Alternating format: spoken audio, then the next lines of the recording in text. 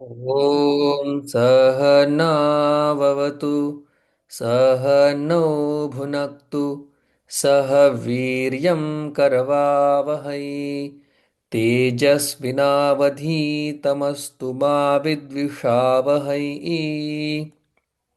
ॐ शान्ति शान्ति शान्तिः। पठामि संस्कृतं नित्यं वदामि संस्कृतं सदा ध्यायामि संस्कृतं सम्यक् वन्दे संस्कृतमातरम्। सरस्वती नमस्तुभ्यं वरदे कामरूपिणि विद्यारम्भं करिष्यामि सिद्धिर्भवतु मे सदा। येनाक्षरसमाम्नायम् अधिगम्य महेश्वरात् कृत्स्नं व्याकरणं प्रोक्तं तस्मै पाणिनये नमः। येन धौता गिरः पुंसां विमलैः शब्दवारिभिः तमश्चाज्ञानजं भिन्नं तस्मै पाणिनये नमः। निच नावाचा प्रत्यय आपण पाहिला होता, ज्याच्यामध्ये आपण नवीन शब्द त्याला दिले होते. त्याला पारिभाषिक शब्द असं म्हणतात. त्या शब्दांना आपण प्रेर प्रेरयिता असं म्हटलं होतं. संस्कृत, आता त्यावेळी मला ते आठवलं म्हणून म्हटलं, अर्थ सारखाच आहे. संस्कृतमध्ये त्याला प्रायोजक कर्ता असं म्हणतात. म्हणजे संस्कृत विश्वामध्ये व्याकरणामध्ये प्रायोजक कर्ता, मी प्रेरयिता म्हटलं, अर्थ सारखाच आहे. आणि आपण म्हटलं होतं प्रेरित करता. प्रेरयिता प्रेरणा करणारा, प्रेरित प्रेरणा केल्या गेलेला. मग प्रेरितला शब्द दिलेला आहे प्रयोज्य. हे आपण पाहिलं होतं मागे. म्हणजे हा जो निच प्रत्यय आहे तो ज्यावेळी क्रिया स्वतः न करता दुसऱ्याकडून करून घेतो. पुन्हा सांगतो, स्वतः न करता दुसऱ्याकडून जेव्हा करून घेतो त्यावेळी आपण हा निच प्रत्यय वापरतो. निजंत म्हणू शकतो, वापरतो आपण. मग त्याचे काही नियम आपण पाहिले होते. तर तो दशमगणामध्ये चालतो, दशमगणातल्या धातू सारखा चालतो, जसं चोरयती. ठीक आहे. आणि आपण पाहिलं होतं जो प्रेरयिता आहे किंवा जो प्रयोजक करता आहे त्याची प्रथमा विभक्ती होते. आपण जस्ट एक रिकॅप, आवर्तन करत आहोत. आणि जो प्रयोज्य आहे त्याची तृतीया विभक्ती होती. तृतीया इथपर्यंत आपण मागे पाहिलेलं आहे, तृतीया विभक्ती. मग कर्माची द्वितीया, कर्त्याची प्रथमा, आणि हा जो प्रेरित किंवा प्रयोज्य करता आहे याची तृतीया विभक्ती होते, असं आपण पाहिलं होतं. इथून आता आपण थोडंसं पुढे सरकूया. याच संबंधाने अजून असं सांगतात, आता तुम्हाला प्रयोज्य करता आणि प्रायोजक करता याच्यामध्ये संदेह नाही. प्रयोज्य करता कः अस्ति वयं जानीमः. प्रायोजक करता तस्य विभक्ति का अस्ति तदपि वयं जानीमः. वयं अवगच्छामः, जानीमः अवगच्छामः सारखंच. मग आता थोडंसं आपण पुढे चलतोय. आता ते सांगतात की हा जो प्रयोज्य करता, आता इथून पुढे प्रयोज्य वापरतो, कारण की हाच पारिभाषिक शब्द, म्हणजे त्या त्या शब्दांचे ते तेच अर्थ. पारिभाषिक शब्द तोच पुढे वापरतो. त्यांचं असं म्हणणं आहे की ज्या ज्या वेळेला गती दाखवणारे धातू असतील, ऐका आता हा महत्वाचा नियम आहे. गती दाखवणारे धातू असतील,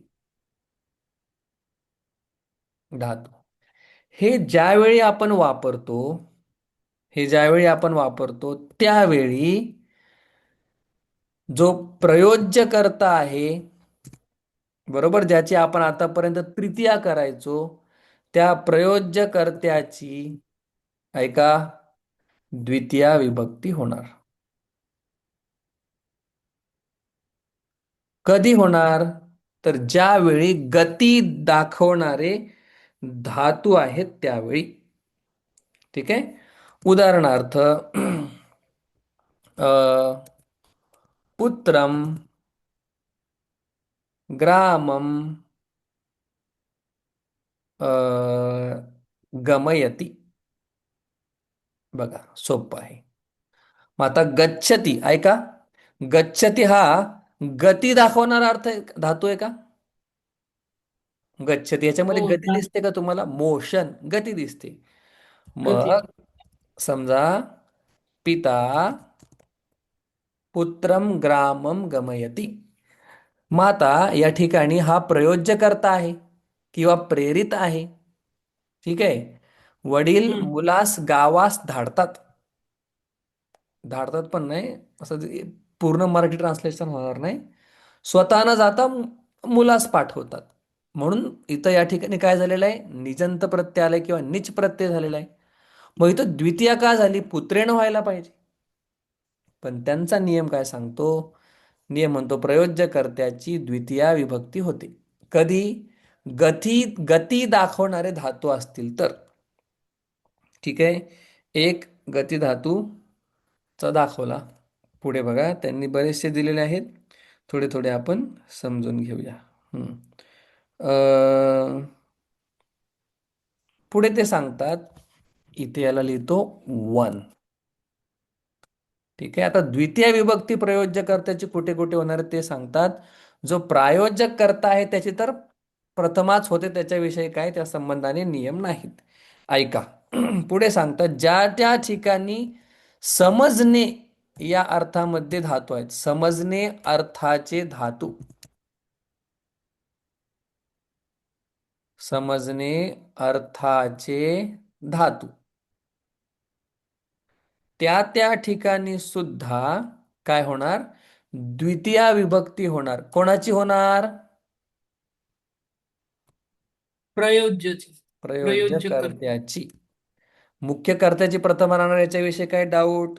काहीच नाही बघा. नाही. मग आता समजणे या अर्थामध्ये काय एक धातू आहे? अवगच्छती. आपण सोपा घेऊया. जानाती सुद्धा आहे, अवगच्छती घेऊया. ठीक आहे. मूळ धातू काय याचा? गम आहे. गमचच गच्छ होतं. हम्म. ठीक आहे. हम्म. मग आता गुरुहू, गुरु किंवा सह किंवा गुरुच घेऊया आपण. गुरुहू शिष्यान वेदम गमयति. अ, अवगच्छति. बोला. अवगच्छति याचा अर्थ समजणे आहे. मग समजणे अर्थाचा जर धातू असेल तर त्याबरोबर जो प्रयोज्य करता आहे त्याची द्वितीय विभक्ती होते. मग इथे अवगमयति. निजंत प्रत्यय आला. जसं गच्छतीचं गमयती होतं तसं इथं फक्त काय? फक्त अव लागलेला आहे. म्हणून अव लागल्यामुळे अर्थ बदलला आणि त्याचा अर्थ जाणणे समजणे या अर्थामध्ये आहे. म्हणून इथं तृतीया न करता, कारण की निजंत प्रत्यय वापरला किंवा निच प्रत्यय वापरला तर तुम्हाला कर्त्याची काय करावं लागते? प्रयोज्य कर्त्याची तृतीया. पण तृतीय. या धातूंबरोबर तृतीया न होता द्वितीय विभक्ती होणार. अजून काय असा धातू आहे का? पुढे ते सांगतात खाणे या अर्थामध्ये जर धातू असतील. खाणे म्हणजे कुठले कुठले? अध. अद अत्ती खाणे आपण पाहिले. खाद खादती आपण पाहिलेला आहे. भक्ष भक्षयती आपण हा सुद्धा पाहिलेला आहे. मग अद, खाद, भक्ष हे जर धातू असतील तर त्यांच्या ठिकाणी सुद्धा काय? द्वितीया विभक्ती होते प्रयोज्य कर्त्यामध्ये. कसं काय? माता पुत्रम अन्नम भक्षयति. भक्षयति. आई पुत्रास अन्न खावविते म्हणायचं झालं तर. स्वतः खात नाही, पुत्राला खाण्यास लावते. माता पुत्रम अन्न. माता मुख्य कर्ता असल्यामुळे त्याची प्रथमाच. याच्याविषयी संदेह असतो तृतीया करायची का द्वितीया. हा भक्ष नावाचा धातू आल्यामुळे काय आपण केली? त्याची तृतीया विभक्ती केली. आता बघा. पठन पाठन करणे हा सुद्धा समजण्या अर्थामध्ये आहे का? एखादी गोष्ट समजतो का आपण जेव्हा वाचतो अभ्यास करतो त्यावेळी? आहे का नाही? हो. हा, मग हा जो पठधातू आहे हा सुद्धा काय, समजणे या अर्थामध्ये आहे. एखादी गोष्ट आपल्याला समजते अभ्यास केल्याने. मग काय होतं, आपण सोपं वाक्य घेऊया. आचार्य पुत्र शिष्य पुत्रान, पुत्रच घेऊया, पुत्रान पाठम पाठयती. मग आता इथं पुत्रेण यायला पाहिजे होतं किंवा पुत्रही यायला पाहिजे तृतीय विभक्ती या ठिकाणी. मग द्वितीया का आली? कारण की पठ हा जो धातू आहे हा समजणे या अर्थामध्ये आहे. पठ वाचणे, समजणे, अभ्यास करणे या अर्थामध्ये. म्हणून काय झाली या ठिकाणी पुत्रांची द्वितीय विभक्ती झाली. या ठिकाणी पुत्रमची का झाली? कारण की अद भक्ष या अर्थामध्ये हे जे धातू आहेत खाणे या अर्थामध्ये, त्या अर्थामध्ये काय होते, द्वितीय विभक्ती होते. अजून खाणे अर्थामध्ये काय आहे, भुज धातू आहे, त्याचं होतं भोजयती. बघा भुज लिहितो या ठिकाणी भुज. ठीक आहे. यांनी उदाहरण दिलेलं बघा, माता पुत्रम पुत्रम अन्नम भोजयती. आता भूचा भो का झाला तुम्हाला माहिती. जो ऱ्हस्व इकार उकार असतो त्याचा काय होतो, गुण होतो. जो शेवटचा उकार आहे त्याचा ऋकार आहे त्याची वृद्धी होते. हे नियम पण तुम्ही जेवढे जमतील तेवढे लक्षात ठेवा. मग भुजेचं काय झालं, भोजयती. आई मुलास अन्न खावविते. स्वतः खात नाही, त्याला खायला लावते. भोजयती. मग सर एवढेच आहेत का? नाही, ते सांगतात थांबा, अजून याच्यामध्ये बरेच आहेत. आपण जेवढे मुख्य आहेत तेवढे पाहण्याचा प्रयत्न करूया. अकर्मक धातू तुम्ही ऐकलेला आहे मागच्या पाठामध्ये. मग काही अकर्मक धातू आहेत.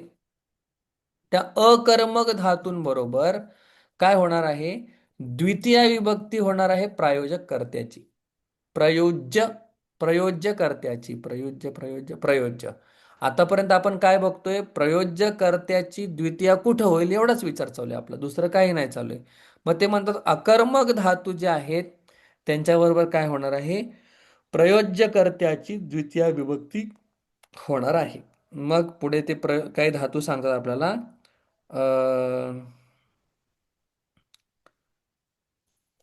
अकर्मक धातू बरेचसे दिलेले आहेत. बोलणा बोलणं हा अकर्मक याच्यातले काही जे असतील ते असतील, सर्वच नाही. बोलणा, सुरणं, बोलण्यासाठी त्यांनी धातू दिलाय का, देखणं, दृश्य. हा कर्मक कसा काय आहे? बरं, ह्यांनी काही धातूंची लिस्ट दिलेली आहे, आपण असं समजूया. त्याच्याबरोबर काय द्वितीय विभक्ती होते. आता दृश्य हा जो धातू आहे हा काही अकर्मक नाही आहे. एकदा बघून घेऊया.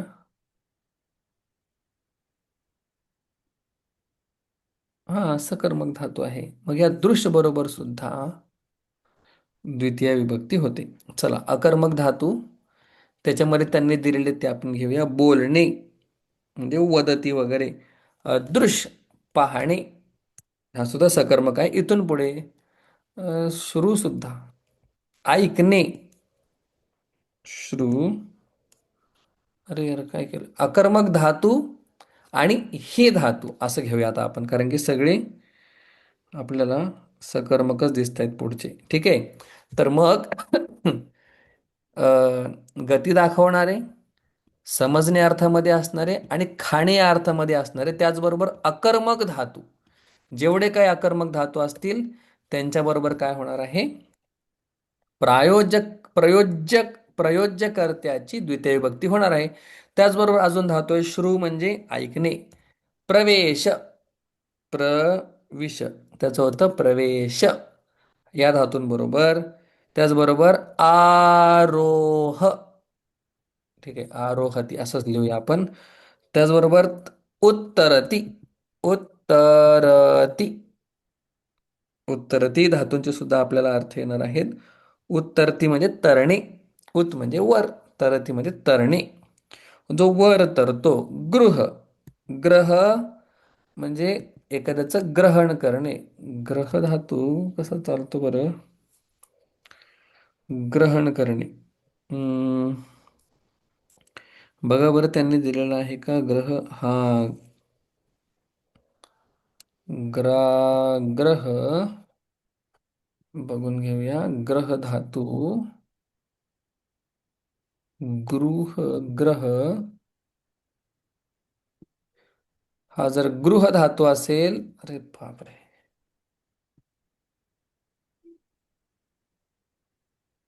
ग्रह हा 9व्या गणातला आहे. गृह्णाती, या गृह्णाती धातू बरोबर सुद्धा काय होणार, प्रायोजक कर्त्याची द्वितीय विभक्ती होणार.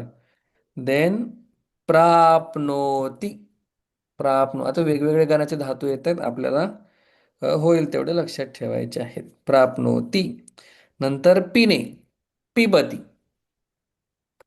पिबती या धातूबरोबर सुद्धा काय, प्रयोज्य कर्त्याची द्वितीय विभक्ती होणार आहे. आणि नंतर अ, नयती, घेऊन जाणे, नयती या धातूबरोबर सुद्धा काय, प्रयोज्य कर्त्याची द्वितीय विभक्ती होणार आहे. असे हे थोडेसे अपवाद. म्हणजे प्रयोज्य कर्त्याची जो करणारा आहे, करवून घेणार नाही, करवून घेणाऱ्याची कायम प्रथमा.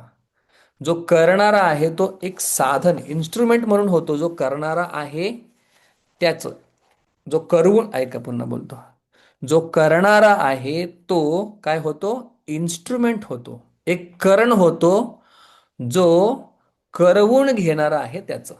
म्हणजे प्रयोज्य हा प्रायोजकाचं करण बनतो असं म्हणूया आपण. पुन्हा सांगतो, प्रयोज्य हा प्रायोजकाचं काय, करण बनतो, म्हणून पण त्याची तृतीय होते असं म्हटलं तरी चालेल.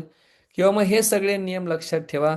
या यांच्याबरोबर प्रयोज्य कर्त्याची तृतीया न होता द्वितीया होते.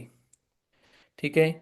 मग आता शेवटचा नियम, अपवाद. नी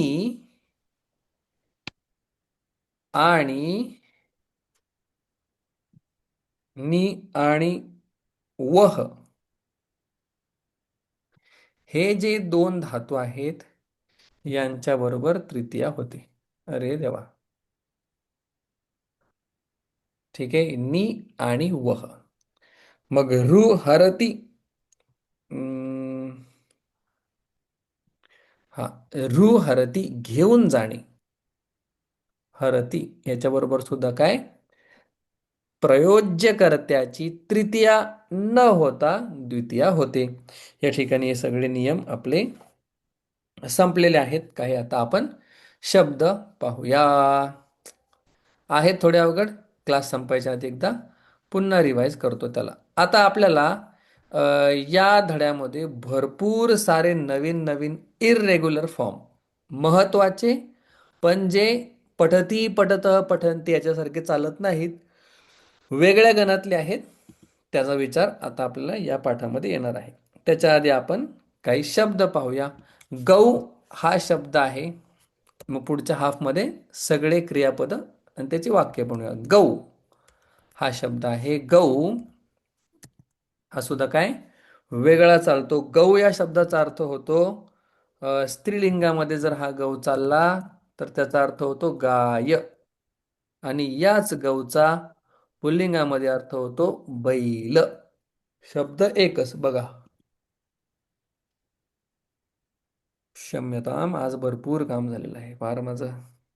गौ. आता आपल्याला जायचं आहे धातूमध्ये नाही, शब्दांमध्ये. गौ चालतो वेगळा. एकदा आपल्याला लक्षात द्यायचं, नाही तर आपल्याकडे बरेचसे शब्द आहेत. वृषभ शब्द आहे सोपा, बलिवर्ध शब्द आहे सोपा. ठीक आहे. त्याच्यामुळे आता पाठामध्ये आलेत म्हणून आपल्याला हे लक्षात घ्यायचे, नाहीतर आपल्याला वापरायचे असतील त्यावेळी सोपा. बघा, गौहू यांनी दिलेला आहे, कारण की सुरुवातीला तो गौहू म्हणून चालतो. गो पुल्लिंगामध्ये आणि स्त्रीलिंगामध्ये त्याचा वेगवेगळा अर्थ आहे. बघा, आता आपण इथे क्लिक करूया. बघा कसा चालतो. गौहू गावौ गावह, गाम गावौ गाहा, गवा गोभ्याम गोभिः. आम्ही मुलांना पाठ करायला सांगत असतो 10वीच्या. गोहो गोभ्याम गोभ्यः. गोहो गवोहो गवाम. गवी गवोहो गोषु. हे गौहू हे गावौ हे गावह. त्याच्यामध्ये आपल्याला माहिती आहे की हे जे तीन असतात हे कायम एकसारखे असतात. हे नक्की दोन असतात. जे असतं किंवा हे जे तिन्ही असतात हे कायम एकसारखे असतात. हा शू कधी होतो आपल्याला माहिती आहे. आणि हे दोन जे आहेत हे काय कायम प्रथमा विभक्ती सारखे असतात. या ठिकाणी हे तीनही प्रथमा विभक्तीमध्ये आहेत. हे दोन सुद्धा काय कायम सारखे असतात. सारखे फक्त असतात. हे सुद्धा पण हा शब्द थोडासा एकदमच वेगळा आहे त्याच्यामुळे या ठिकाणी अ, वेगळा झालेला आहे तो. मग आता हे झालं पुल्लिंगामध्ये. आपण स्त्रीलिंगामध्ये फक्त एकदा वाचायचं आपल्याला. बघा गौहू गौहू गावौ गावह. गाम गावौ गाहा. गवा गोब्याम सारखाच आहे, काहीच फरक नाही, सेमच आहे पूर्ण. फक्त जर तुम्ही पुल्लिंगाला सुद्धा वापरू शकता, स्त्रीलिंगाला पण वापरू शकता. बरोबर, कारण की याचा अर्थ काय, दोघे शब्द सारखेच झाले. तुम्ही गौ अकारांत ओकारांत स्त्रीलिंग म्हणा किंवा ओकारांत पुल्लिंग म्हणा. मग फक्त लिंगभेद या ठिकाणी केलेला आहे. का केलेला आहे बघायला लागेल. बघा पुल्लिंग स्त्रीलिंग दोन्ही सारखं एकदा बघू द्या. गाहा गवाम गवोहो आणि गो स्त्रीलिंग सारखाच आहे गोशु गवी. ठीक आहे. गो हा शब्द येणार आहे, पुन्हा एकदा वाचून घेऊया. गोहो गावौ गावह. गाम गावौ गावह. गवा गोभ्याम गोभिः. गवे गोभ्याम गोभ्यः. गोहो गोभ्याम गोभ्यः. गोहो गवोहो गवाम. गवी गवोहो गोषु. हे गौहु हे गावो हे गावह. एकवचन द्विवचन बहुवचन. ठीक आहे. आता आपण पुढचे काही शब्दांना पाहूया. पुढे शब्द दिलेले आहेत त्यांनी. भृत्य. भृत्य. भृत्य ह पुल्लिंग शब्द आहे, म्हणजे काय सेवक. आता इथून पुढे तुम्ही सेवक वापरायच्या आधी ऐवजी काय म्हणायचं, भृत्य ह. नंतर जन ह म्हणजे मनुष्य. मनुष्य. नंतर वेद ह. वेद शब्दाचा अर्थ ज्ञान. वेदच असं दिलेला आहे. मग ऋग्वेद यजुर्वेद सामवेद अथर्ववेद सगळे वेद. देव देव ईश्वर किंवा देवता असं दोन्ही अर्थ त्यांनी दिलेले आहेत. देवता. मग इथे वेदांचे पुढे मी लिहित नाही. ऋग शॉर्टकट लिहितो. ऋग यजुर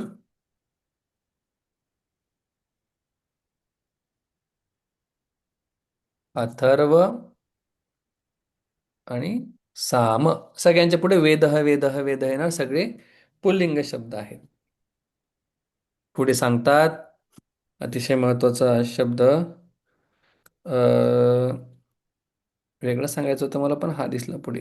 खल हा शब्द बघा. मित्रम नपुंसकलिंग शब्द आहे. मित्र पुल्लिंग असू शकतो, पण शब्द त्या मित्राचा अर्थ दाखवणारा काय आहे तो नपुंसकलिंग शब्द आहे. मित्र म्हणजे काय मराठीमध्ये, मित्रच. बर. पुढे नपुंसकलिंग शब्द सांगतात. आभूषणम म्हणजे दागिने. आभूषणम दागिने हा सुद्धा काय नपुंसकलिंग शब्द आहे, दागिने. पुढे सांगतात शिला.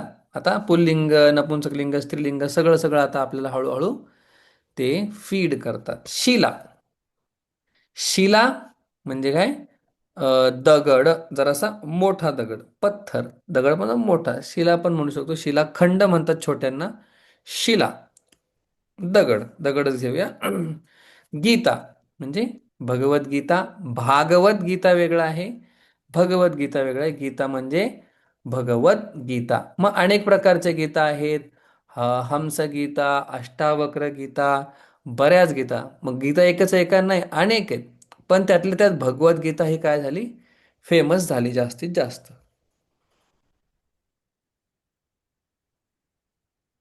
वार्ता. वार्ता शब्दाचा अर्थ, वार्ता स्त्रीलिंग शब्द आहे, बोलणे, गप्पा. मराठीमध्ये गप्पा. वार्ताम करो मी काय करते, गप्पा करते. किंवा वार्ता शब्दाचा अर्थ काय, बातमी. बघा मरणाची जी असते ते आपल्याकडे काय, मरणाची बातमी म्हणतो आपण. हम्म. हम्म. लग्नाची काय वार्ता वगैरे चालू, बातमी. वार्ता शब्दाचा अर्थ असा सुद्धा होतो. खल. खल हा महत्वाचा शब्द आहे. खल. खलावरती खूप जणांनी चिंतन केलेलं आहे. खल म्हणजे जो दुष्ट आहे, दुष्ट. आता हे आमचे गुरुवर्य सांगायचे की जो खल आहे तो असा मूर्ख नाहीये, त्याच्याकडे ज्ञान आहे. पण जो ज्ञानाने माणसांना फोडतो, माणसांमध्ये मतभेद निर्माण करतो ज्ञानाच्या जोरावरती, तो मोठा खल आहे. त्याला खल म्हणतात. नुसतं दुष्ट जो आहे, वाईट जो आहे, त्याला खल म्हणत नाही. उदाहरण सांगायचं म्हणजे जसं रावण आहे, किंवा अं, आपला कंस. कंसाला राक्षस म्हणतो आपण, खल नाही म्हणत. तो खल नाही. खल कोणाला म्हणतो आपण, चिंतन केलेलं आहे बरं का लोकांनी, माझं जास्त काही चिंतन नाही याच्याविषयी. जसा संजय आहे, संजय. ठीक आहे. किंवा धृतराष्ट्र जो आहे, हा धृतराष्ट्र काय आहे, दुष्ट आहे. शकुनी जो आहे तो खल आहे. शकुनी राक्षस नाही, पण खल आहे. का? तर जे बुद्धीच्या जोरावरती लोक फोडतात, मतभेद निर्माण करतात, युद्ध लावतात, लोकांना कन्वर्ट करतात, हे कन्वर्ट करणारे खल आहेत. ठीक आहे. रावण आणि कंस ठीक आहेत. पण हा जो धृतराष्ट्राने संजयाला सांगितलं, संजयाने धृतराष्ट्राने जे संजयाला सांगितलं ते जाऊन त्यांनी पांडवांना सांगितलं.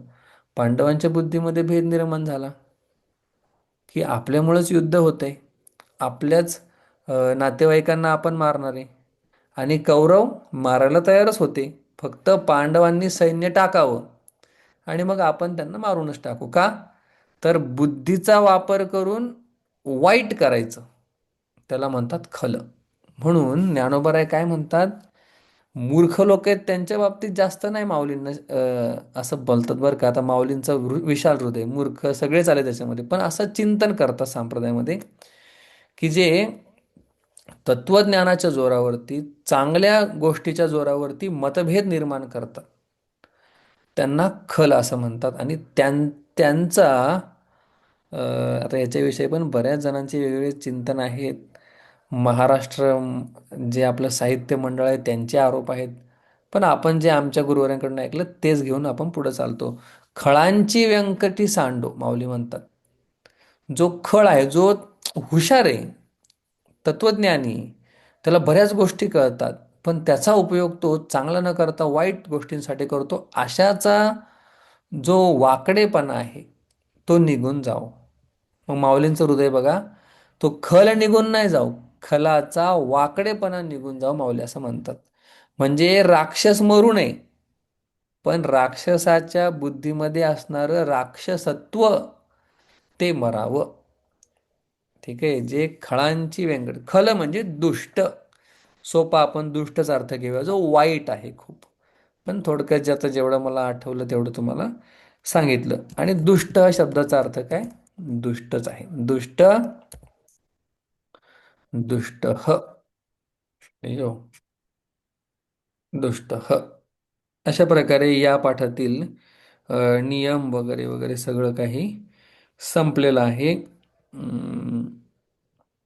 ठीक आहे. तर या पाठामध्ये आपल्याला स्वप नावाचा धातू येणार आहे. स्वप. आता इथून धातू पुढे चालू होतात. स्वप म्हणजे झोपणे. ठीक आहे. आता आपण हा इरेग्युलर असल्यामुळे हा वापरणार नाहीये ज्यावेळी आपल्याला वापरायचा आहे. आपण काय साधं सोपं समजून घेणारी माणसं आहोत. आपल्याला काय एकदम सगळंच डीप कळलं पाहिजे असं नाही. आपल्याला वापरता यायला पाहिजे, कुठं अडलं नाही पाहिजे. स्वप शब्दाचा अर्थ आहे झोपणे. ठीक आहे, त्याच्यावरून स्वप्न शब्द असं तुम्ही म्हणू शकता, जो झोपल्यानंतर जे पडतं, जे जग आपल्याला दिसतं, मग स्वप. मग हा धातू आता आपण एकदा वाचूया. म्हणजे या पाठामध्ये स्वप शब्द, स्वप धातूंचे 10 लकार शिका त्यांनी एका सेकंदात सांगितलेले, आणि गौ शब्द पाठ करा हे पण त्यांनी दुसऱ्या सेकंदात सांगितलेले. आपल्याला जेवढं झेपेल, जसं झेपेल तेवढं आपल्याला करायचं आहे. बघा आता स्वप धातू एकदा आपण वाचून घेऊया, मग बाकीचे सगळे धातू त्यांचं चिंतन करूया आणि त्याचे एक एक वाक्य बनवूया. बघा स्वप. मग आता हा वेगळ्या गणाचा धातू आहे, त्याच्यामुळे तो चालताना वेगळा चालतो. 9व्या गणातला असा दुसऱ्या गणातला धातू आहे हा स्वप. शय म्हणजे झोपणे अर्थामध्ये. अकर्मक धातू आहे, म्हणजे याच्याबरोबर कर्म साध्य होत नाही, कारण की आपल्याला आता अकर्मक सकर्मक यांचंही लक्ष द्यायचं. कसा चालतो बघा, हा दुसरा गण हा अतिशय वाईट आहे. स्वपीती वाईट आहे, म्हणजे वेगळा चालतो म्हणून वाईट. स्वपीती, स्वपीत, स्वपंती, स्वपीशी, स्वपीथ, स्वपीथ, स्वपीमी, स्वपीवह, स्वपीमह. शक्यतो आपण काय करणार आहोत, शयनम हे वापरणार आहोत, किंवा शी नावाचा एक धातू आहे तो पण अवघडच आहे. शयनम सोपा आहे, फक्त आपल्याला करोती, कुरुतः, कुर्वंती एवढं लक्षात घ्यायला लागतं. बघा आता लृट लकारमध्ये काय सोपं आहे, स्वप्स्यती, स्वप्स्यतः, स्वप्स्यन्ति, स्वप्स्यसि, स्वप्स्यथः, स्वप्स्यथ, स्वप्स्यामि, स्वप्स्यावह, स्वप्स्यामः. या धातू ह्याच्यापुरतेच आपल्याला वापरायचे आहेत, नंतर काय आपण ते वापरणार नाहीत. पाठ करून वापरले तर आनंदी आनंद. स्वपीतु, स्वपीताम, स्वपंतु, स्वपीहि, स्वपीतम, स्वपीत, स्वपानी, स्वपाव, स्वपाम. ओके. लंग लकार बघा, अस्वपित, अस्वपित, अस्वपीताम, अस्वपिताम, अस्वपन, अस्वपः, अस्वपीहि, स्वपीहि, अस्वपितम, अस्वपित, अस्वपम, अस्वपीव, अस्वपीम. वेदांमध्ये अ, याचा म्हणजे उपनिषदांमध्ये याचा उल्लेख आलेला आहे स्वपधातूचा, ज्या ठिकाणी आपल्याला अ, अवस्थात्रय विवेक सांगतात, जागृती, स्वप्न, सुषुप्ती, त्या चिंतनामध्ये हा स्वप नावाचा धातू आलेला आहे. बघा, स्वप्यात, स्वप्याताम, स्वप्युः, स्वप्याः, स्वप्यातम, स्वप्यात, स्वप्याम, स्वप्याव, स्वप्याम, सुखम अहम अस्वाप्सम. आता येणार झाले सगळे लकार. विधिलिंग, अस्वपम. अशा प्रकारे स्वप हा धातू जो की थोडासा इरेग्युलर आहे, त्याचे आपल्याला 10 लकारात पाठ करायला सांगितलेत, आपल्याला पाठ करायचे 5. कुठले पाठ करायचे म्हणजे थोडे थोडे लक्षात ठेवा, किंवा एक वचन जरी लक्षात ठेवलं तरी पण चालणार आहे. लट प्रेझेंट टेन्स वर्तमान काळ, लोट आज्ञार्थ, लंग भूतकाळ, लृट भविष्यकाळ, आणि विधिलिंग ज्या ठिकाणी आपण लोट सारखाच आहे तो आज्ञा किंवा विनंती.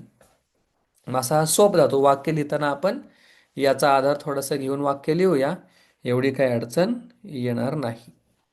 ठीक आहे, लगेच आपण जॉईन करूया आणि इतर जे धातू आहेत त्यांची काही वाक्य पाहूयात. काही शंका असतील त्या